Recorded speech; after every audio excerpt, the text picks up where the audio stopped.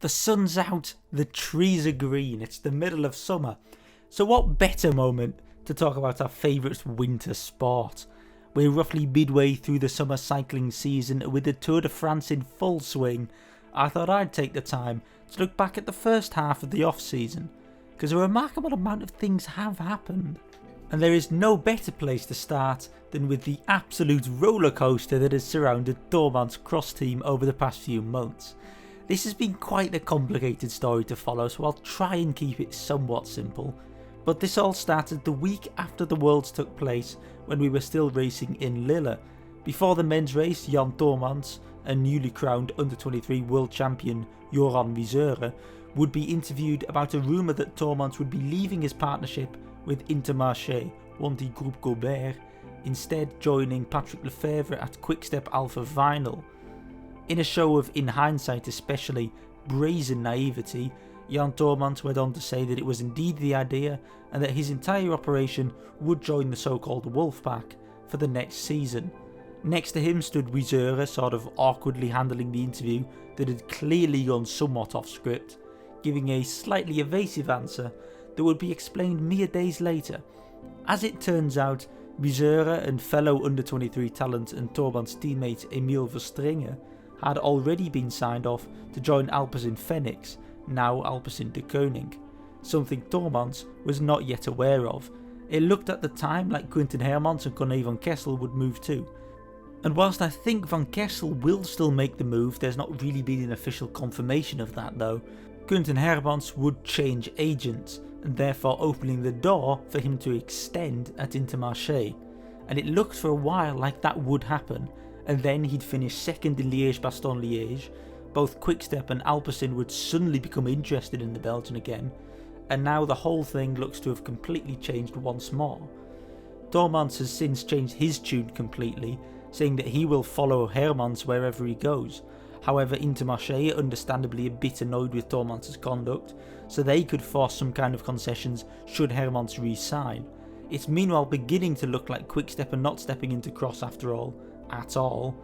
In a video I made back in February, I thought that the reason that Lefevere was even interested in Cross was in fact to secure the signature of Zoe Bäckstedt, who rides for the Tormans junior teams.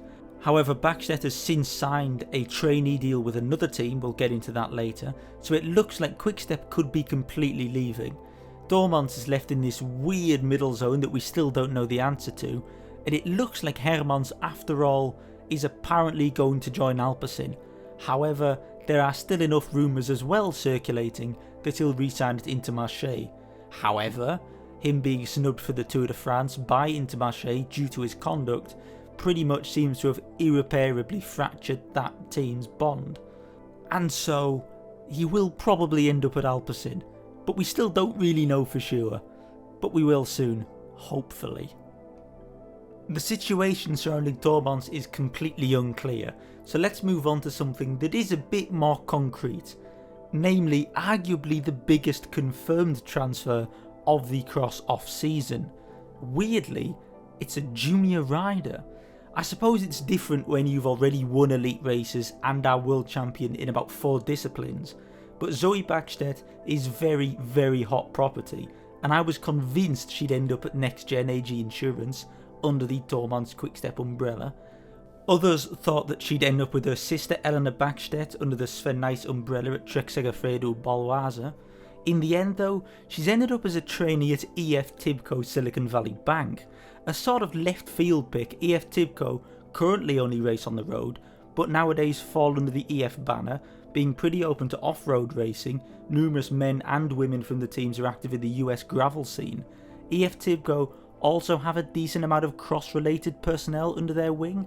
Former Star Casino general manager Crystal Hermans has joined the team as a European manager, and EF is also the road home of American champion Clara Honsinger, and with her Cannondale CX World team folding, it looks like EF could be a permanent fixture in the winter too, especially after comments by Hermans that seem to indicate that EF Tibco are interested into expanding into Cross, with Honsinger, Bäckstedt, Letizia Borghese and potentially Magdalene Valliere as well.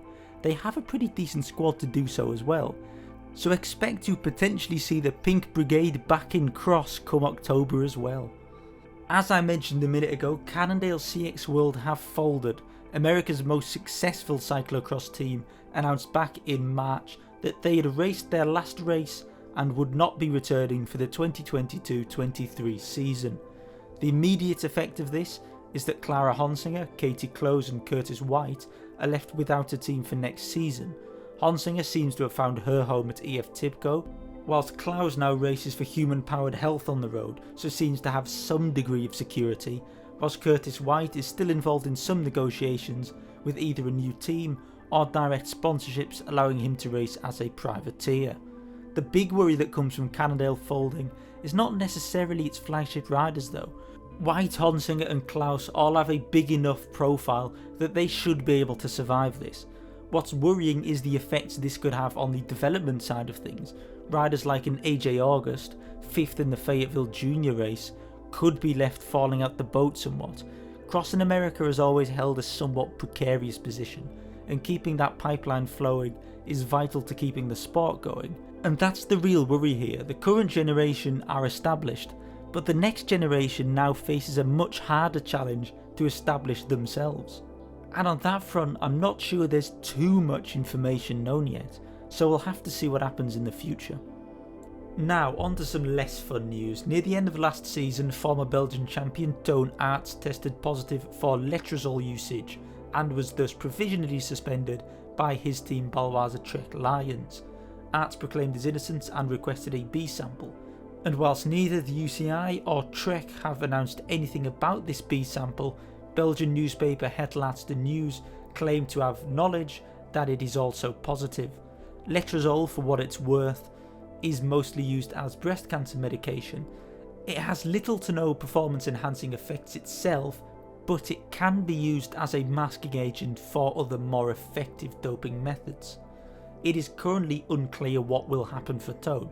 However, the same Haarlen article implies that due to Trek's policy towards doping usage, even if Aerts is innocent, he will likely not be offered a new contract with the team. Aerts' explanation as for how both samples are positive seems to be a tainted supplement. You may recall Demise giving the exact same explanation before her 9-month backdated ban back in 2019. For Toon, I think this is probably the most likely outcome, but I'm hardly in the know on this case. The backdated ban would apply to Toon if it's proven that he is guilty of using letrozole, which appears to be the case, but he did not deliberately ingest it, which is what he and his lawyers appear to be arguing. Of course, Toon could well be innocent in all of this and may be pronounced as such, though that does seem less and less likely the more we learn.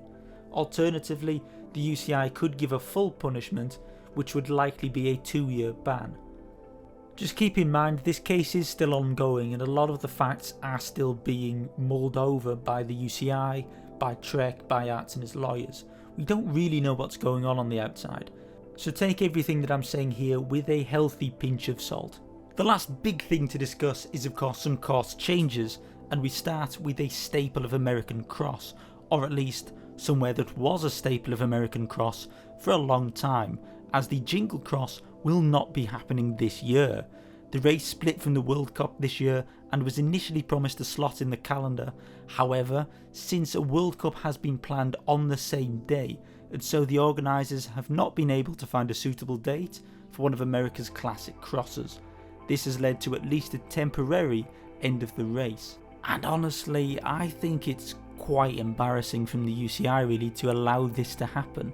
I don't know the details and I don't really know who or what is properly to blame, but to promise a staple race that it will be able to at least survive on the calendar, only to then immediately plan a World Cup event that you have control over when it happens on the same day, seems completely counterintuitive with the UCI's attempts to grow cross in the United States. How is it meant to grow when every attempt at growing it is then thwarted by the UCI finding a new toy to play with?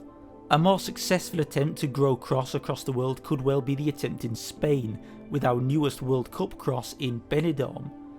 The route has not been officially announced yet, but the press release shows that the cross will be held in 2 parks that test my tiny ability at Spanish right to its limit, the Parque de Folletes and the Parque de Moralles. possibly. The course has been designed by the local organisation in cooperation with Spanish champion Felipe Orts and seems to feature a staircase, barriers and a sandpit. Flanders Classics' Chris Monarts made sure to make clear that the course is not a climbing course, but it does contain enough vertical metres to seep into the legs. The big thing of the course to remember here is that this is Benidorm. It's still going to be decently warm and likely dry. I'd anticipate the course to be more like a technical Fayetteville from the recent World Championships, which in all honesty I do quite like the sound of, even if I am slightly hoping that it'll look more like this course in the nearby Chativa. And finally we can talk about a now no longer World Cup cross, Kokzijde, as it has had its date for this year's calendar confirmed.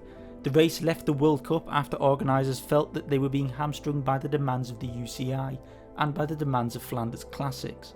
They have since opted to join the XPO Trophy, and with this has come a change of date. This date change is to the slightly strange date of the 5th of January, a Thursday sandwiched 2 days after Herentals, another X2O race, and 2 days before Gullegem, and 3 days before the World Cup in Zonhoven.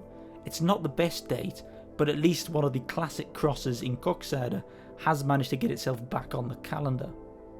One final update surrounding courses surrounds London, as the city will indeed host the 7th or 8th, I can't quite remember, round of this year's World Cup. The race will be held on the 11th of December. The location isn't yet officially known outside of the rather generic and vague London. However, the rumour is that it will be Crystal Palace Park in South London, which is the place that hosted the 1973 Cyclocross World Championships, where Erik de Vlaming took his 7th and final world title. So it is a place with some degree of cross history to it. And as I sit here editing everything into place, of course there is one more bit of news that appears out of nowhere, and that is the sad news of the demise of the Netherlands' oldest cyclocross race. The Veldrit Gieten is no more. After 46 editions, 33 years in the Super Prestige, Flanders Classics have decided not to prolong its contract in the Super Prestige, and so one of the most iconic races of the season to me, as the first big cross race of the season, is now no more. This also means that the Netherlands now has no more top level cyclocross races outside of the 3 World Cup rounds. The exact reason for Gieten no longer continuing is not entirely clear, but it seems to have to do with sponsorship reasons. The Belgian and Flemish sponsors of the Super Prestige weren't interested in hosting a race that according to them was too far away, being of course a race not in Flanders. And I think that's just disappointing really. Flanders Classics are a corporation who are attempting to grow the sport supposedly. They want to internationalise it, and in doing so they've taken a Super Prestige that was founded on the principle of one race per country and removed the only non-Belgian race from that competition, which seems ever so slightly counterintuitive to the goal they're trying to reach. Finally, let's run through some transfers. The major move of course is the whole Tormans mess. We know for a fact that Joran Wieseuren and Emile Verstringen are now going to Alpecin.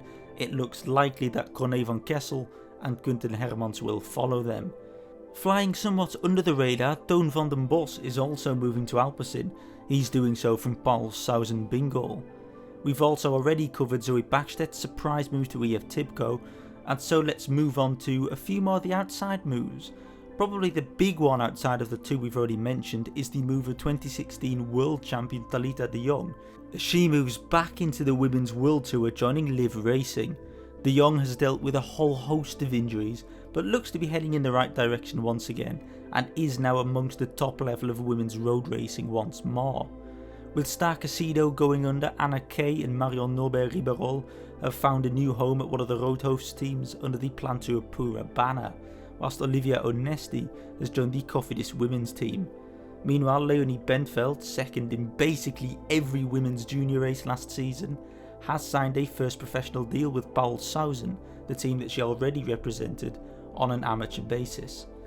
Junior men's world champion Jan Christen has signed a deal to join UAE Team Emirates, graduating from the Poggi team where he's currently racing. Belgian junior Quinten Hermans, meanwhile, has made the slightly strange move to the French-Swiss cross team Legendre, home of the likes of Timon Rueg. Sticking with Belgian youngsters, Thibaut Nys looks like he will be becoming the first man to make the combo of Baloise Trek and Trek Segafredo, as he is signed to join the team as a stagiaire from the 1st of August, officially joining the team for the 2023 season. He'll be doing effectively the same as Lucinda Brandt and Shirin van Anrooy in making the combination between the two Trek teams. Thomas Meen, meanwhile, has also left the Tormans umbrella. The British champion has joined Hope Factory Racing. And now we'll finish on a slightly larger one, but one that hasn't happened yet, and that is the brewing transfer story surrounding Fem van Empel, who has not yet made a transfer as her contract is locked down for another season, but she's making no secret of her intention to leave. The destination for Van Empel would likely be Jumbo-Visma. There have been rumours abound for a decent while now that Marianne Vos herself is a big fan of the fellow Brabander, and seemingly is trying to make the move happen, potentially seeing Van Empel as an heir to her throne maybe. Van Empel herself meanwhile has been vocal about the fact that she wants to race on the road, something she can't do at Paulshausen. So whilst this is a move that's not happening yet, I'd be quietly confident in seeing Fem van Empel in the black and yellow somewhere in the nearish future. And so with a few months to go until we properly kick off, this is pretty much all of the major change that has happened so far. It feels like it's quite a lot more than usual, but we've covered it all, and I hope you all understand everything that's going on, at least insofar as you can understand it. As usual, there's a lot of behind the scenes, very unclear stuff going on. But I've tried my best. I hope this was informative. If you want more information about cross in general and about the riders, the courses, the news, feel free to subscribe and feel free to say what you want to see in the comments below, because I'll try and, play into that. I'd also like to say a huge thank you for 200 subscribers. I know in YouTube terms it's not like the biggest amount, but when you actually think about it, it is quite a lot, and it does feel sort of weird that over like 100 people are interested in what I've got to say. So I mean, huge thank you for that, and I'll see you on the next one.